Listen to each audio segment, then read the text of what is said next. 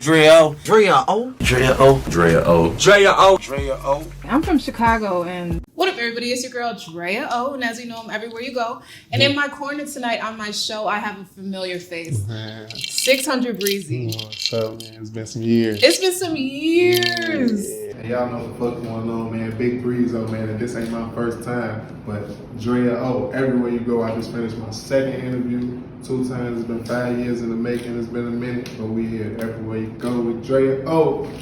It's true. Yeah. So the last time that we talked, we actually did an interview at your mixtape release party. We were celebrating. It was for Leader Score Edition. Score Edition. Yep. Leo George Garrett 2017. 2017. Yeah. would you say that Chicago was a city of haters? Of course. Everybody feels the same way. Everything move. You see, y'all give niggas they respect. I give famous Dexter respect. Give Chief Keef's respect. Give Dirk respect. Just not because they my homies. Because Dex not my homie. He used to fuck with the ops. So but I still give him his respect for what he doing. Because he turning up. He making a living off that shit. So talk to me about what was going on at that time. So it was like I had already been on probation for a drug charge from 2012. And it was only 5 years of probation, but it's out of state of Iowa. They got some crazy rules. It's like some damn near like a Commonwealth state. So it was the fact that they violated me, and I thought I was going to go to jail for 1 month, but they took all my time back and gave me that 5 years back. And I went to prison basically with 5 years over my head, and I can only see the parole board every 10 months and shit. So literally I left out that room with you, that first interview, and went to prison and then came home 2 years later off that shit with still 2 more years of parole over my head now. So that's crazy. Yeah, I remember literally the next day just seeing it like, what? Just seeing literally, them. Yeah. It's like I left from here, went home to Chicago and drove to Iowa, and I went straight to prison. Right. Man. Yeah. And at that time you had, it was so much going on. I'll let you tell it. Like, what was going on at that time? So it was everything was great. I remember. You remember, it was all coming together. I was about to drop Lou Rawls. That's like one of my biggest actual songs. I was with Drake the whole Summer 16 tour. Mm-hmm. I was moving. I was turning into an artist. It was going from that Chicago nigga, that drill rapper nigga, to he prospering. And then them people just snatched me and took me. And I came back and everybody was singing. Nobody was rapping no more. And I'm like, what the fuck going on? Yeah. What was that 2 years like? Because another thing that I love about you, you came in the game, you didn't need any cosign. You came through on your own, and it was kind of easy for you. We talked about it a little bit in the interview. People just liked you, and it just worked. You didn't have to struggle. You weren't like a struggling artist for a long time. It just really worked out for you. Yeah, my first song actually did it for me. Yeah. And then that song actually was, you were speaking on behalf of LA. Yeah, so it was that was like a retaliation song. I really started rapping, and I was dissing to defend my homie. Mm-hmm. And it was just all right, cool, but then people start to fuck with me, and I'm like, oh shit, I gotta keep rapping now. And I kept dropping shit and kept getting millions of views, so I'm like, oh well, I'm a rapper. Yeah. Yeah, so it was easy for me because even doing interviews and shit, I can speak. Most rappers can't talk, they not intelligent. Yep. So it was just it was easy for me then. The women love me, so it was easy for me. I came in the game and I became myself. I always had some little shit like jail and shit holding me back, but all that shit over with now. Yeah. What was that 2 years like? I can't even imagine being held up for 2 years. What was going on in your mind? Were you writing? What was going on? Going to jail as a rapper that everybody knows, then you got to think I really went to jail a week after I was standing behind Drake at the Billboard Awards, getting out all them damn awards. So even the people that didn't know me for being 600 Breezy, niggas man, I just seen you on the TV with, what the fuck you doing in here? So it was damn, it was a moment. It was I was just crossing over and going way up, and then they just snatched me away from it. So I'm calling home, and people they playing Lou Rawls in the clubs and on the radio, and Chicago was heavy, and then it was just I missed I felt like I missed, like, I wouldn't say my prime, but I missed my first big jump, like my first big, and I'm behind bars, and now I got people that don't like me because they feel like I feel like I'm somebody because I'm 600 Breezy. And or people don't like me because everybody else in the jail loved me or flocking around me because, you know, I was feeding people. I'm telling stories. Like, I'm really like an inspiration to niggas who got 20 years or better or even 10 years or people that want to be a rapper or listen to my music and they just can't believe, damn, I'm sitting in the joint and there's 600 Breezy right here with me.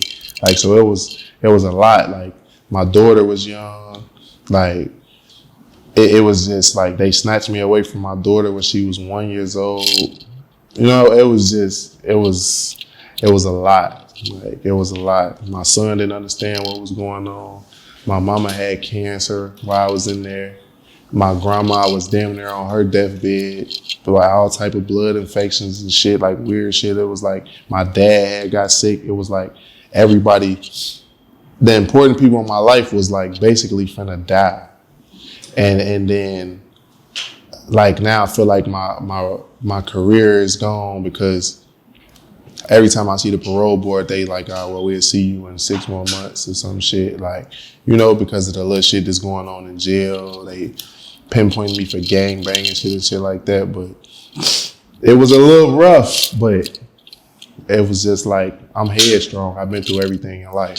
So it's just like when I was talking to my mama, I'm just, don't down me. Talking to my grandma, please, I need y'all, don't down me. I'm gonna flip out of here, I'm gonna kill somebody, I ain't gonna never get out. So, you know, they stayed strong for me. They fought, did what they had to do. Everybody's still here, still living. You know what I'm saying? It's 5 years later. But yeah, it was rough. Like, it was easy for me at first too on some, like, I ain't really get into no fights and shit like that. I probably had a few altercations, but when I got to the maximum jail, like, it gave me the yard for the disciples. So I ain't had no issues with niggas. I was protected. And then, like, I had money. So you go into jail and you got money. That's really all you need because you can use the phone as much as you want to. You can get your hands on anything that you want that they got because you can pay for it. So, yeah, it was hard emotionally on the family side, but other than that, I just worked out, came home big and shit. Like, when you seen me, I was like 170 pounds and 6'5". You know what I'm saying? Like, so I didn't even, like, right now I'm like 240 something. So, like, and I hit the gym at least 3 times a week on a bad week, like, more, but other than that, it'd be like 5-6 times out the week. Like, I eat right, all type of shit. I take care of myself. I don't drink lean and shit no more. I don't pop perks. I don't pop ecstasy. I don't do none of that shit. So I saw that. Yeah. I saw that you quit all that and you took up a healthy lifestyle. Yeah, because it's like when I did get to jail, you know, I damn near was having kidney failure. I'm drinking all that lean, so I had kidney stones and shit. Like, I was excruciating pain to where I couldn't even sleep at night, you know? So it was just, everything was assigned to me that I had to do something different. Like, so that jail bid was a wake-up call for me for a lot of shit, like, just a lot of shit. So I really took that and soaked all that shit in and was like, yeah, I gotta do this different. I gotta stop doing this. I gotta be better at this. I can't do this no more. I can't let this happen, you know? 2 years you get out of jail. What is the first thing that you did? I dropped a project called First 48 in 48 hours. Damn. Like, so it was like, the studio was in the basement at home because I couldn't go nowhere. You know, you first get out, you can't have no movement and shit. Had to wait on my PO to come. Took him a few days or whatever. About a week for real. So I couldn't smoke, I couldn't do shit. So I was just drinking liquor and, you know, and literally drinking liquor and fucking and going back downstairs and recording. So I really had that project done in like 20 some hours. Wow. And just hit Gazi and turned it in. Like, shit, you know, here. And shit, I after that, it was just like, I started doing messy shit though. I started just like what? Being too, you know. Tell me. You got me worse. I just started fucking with females with a name, like with some type of like that people knew. So my business was, I was always in the shade room and I didn't like that shit because the shade room is some messy shit. So I'm fresh home from jail and people not seeing music, they seeing gimmicks, they seeing bullshit, they seeing, saw that. Yeah, so it was just like, I wasn't feeling that because like I'm not used to people being in my real business, like especially with people I fuck with. Like if that's like it's a relationship, like it should be us, like not everybody in every mood. You can't even have an argument. I know. Like, well, that's what happens when you date a celebrity. You have like a high profile relationship. Yeah. Like, did you like it? I mean, I'm sure it helped with, because like females, they like to see the rappers with the girlfriends and the babies. Yeah, but it's like, like they just want to be in people's business. That's it. Everybody's bored and they want like a living soap opera. Yeah, and that shit not like as a musician, like just give them music. They don't really need to see like they too invested in your personal life. So that was my fault though because of the shit I was doing. Like it was just I went from female rappers to girls on Teen Mom OG and shit. I saw that. And you know what? I'm from Chicago, so I know another relationship that everybody probably, the world doesn't know, but Chicago knows. Yeah, so that one too. Yeah, and that was the most messiest. So, and like, it was just like. And that's kind of still ongoing? Yeah, because it's like, you know, it could be fixed easily, but there's one half of the party that don't want to just do one simple little thing. So I just leave it where it's at. Like people look at me and try to judge me and you know, oh, he this, he that. He don't do for his kids, but I got kids. I don't nobody know my kids. I got kids. Like I'm never gonna tell them how many, and I'm never gonna show them. But I'll be rich as fuck if I had them kids. Like I'm spending thousands. I'm doing what I got to do as a parent. Like if people know me from back then, my Instagram page used to just be me and my son and shit, and my daughter and shit. Like, but the world we live in now, I don't want people to know my kids. No, this shit's weird. Like, and dangerous. I gotta protect them. Yeah, like so. I don't like people that do that. Like putting messy situations on the internet and shit. Like everything can be handled behind closed doors. People really want clout, they want fame, they want exposure from shit like that because they don't got nothing else going on for themselves. So, and what is that one thing that person needs to do that you asking them to do? DNA. Okay. That's it. Yeah. Simple. I don't want to like people. I don't argue. I don't fight. I don't get on the internet. I don't do none of that. You know. Yeah. That's it. It's simple. That's it. That's one thing, and it's over with. Like win, lose, or draw. I don't care what it be. I just want it to be over with. So either I can move on or I can start like spending time and money. Yeah. It's either one. So I'm cool with it. I just I'm not doing the internet. That's what people want.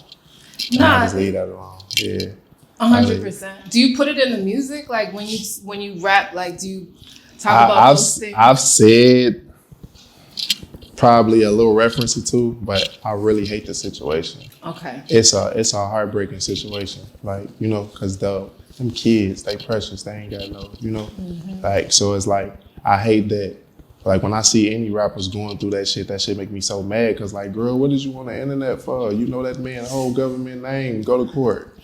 Like, don't nobody gotta know nothing about. They wanna be seen. They want, So I don't respect no woman that be doing that shit on the internet. Like, then the shit that's been done to me, if I would have did that, I would have went to jail. If I would have exposed people doing any type of sexual acts or any of that shit, I would have went to jail. So it's like, why is it revenge porn?